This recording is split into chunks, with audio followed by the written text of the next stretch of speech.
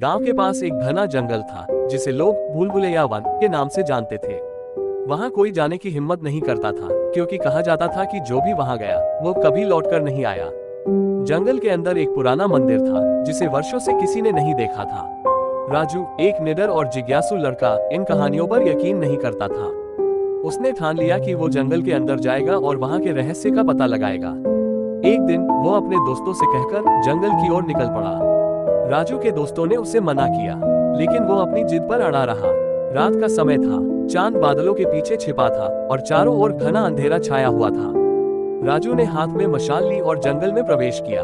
जैसे जैसे वो अंदर बढ़ता गया, उसे अजीब अजीब आवाजें सुनाई देने लगी, जैसे कोई धीमी धीमी फुसफुसा रहा हो। पेड़ों की शाखाएं जैसे उसे रोकने की कोशिश कर रही थी, लेकिन राजू ने ध्यान नहीं दिया और आगे बढ़ता गया। कुछ दूरी पर उसे एक पुरानी पगडंडी दिखाई दी जो मंदिर की ओर जाती थी।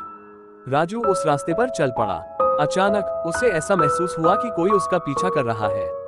उसने पीछे मुड़कर देखा, लेकिन वहां कोई नहीं था। उसकी धड़कन तेज हो गई, पर उसने खुद को संभाला और आगे बढ़ा। जैसे ही वो मंदिर के पास पहुंचा, मंदिर के दरवाजे अपने आप खुल गए।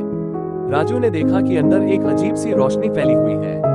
उस रोशनी के केंद्र में एक पुरानी मूर्ति थी जिसके चारों ओर धुआं फैल रहा था। राजू धीरे धीरे मंदिर के अंदर चला गया। तभी अचानक दरवाजे जोर से बंद हो गए और अंदर एक तेज ठंडक फैल गई। रोशनी धीमी हो गई और चारों ओर सन्नाटा छा गया। तभी राजू को किसी के हंसने की आवाज सुनाई दी, एक भयानक ठहाके वाली हंसी। उसकी आंखें मूर्ति पर टिक गईं और उसे ऐसा लगा जैसे मूर्ति की आंखें हो। राजू घबराकर बाहर निकलने के लिए दरवाजे की ओर दौड़ा, लेकिन दरवाजा बंद था। तभी मूर्ति से एक काले साये ने आकार लिया और राजू की ओर बढ़ने लगा। साये ने राजू के पास जाकर कहा, तुमने इस जंगल के नियम तोड़े हैं, अब तुम कभी यहाँ से बाहर नहीं जा पाओगे। राजू ने अपनी पूरी ताकत लगाकर दरवाजा खोलने की कोशिश की, लेकिन साये ने उसे पकड़ लिया। अचानक उसकी मशाल बुझ गई और वो अंधेरे में खो गया। अगली सुबह राजू के दोस्त उसे ढूंढने जंगल गए, लेकिन राजू का कोई सुराग नहीं मिला। मंदिर के पास उन्हें सिर्फ उसकी मशाल पड़ी मिली और उसके बाद से राजू का कोई पता नहीं चला। गांव के लोग कहते हैं कि अब हर काली रात को उस जंगल से किसी के चीखने की आवाजें आती हैं। कहते हैं कि जो भी उस जंगल के रहस्य को जानने की कोशिश करेगा वो कभी वापस नहीं लौटेगा।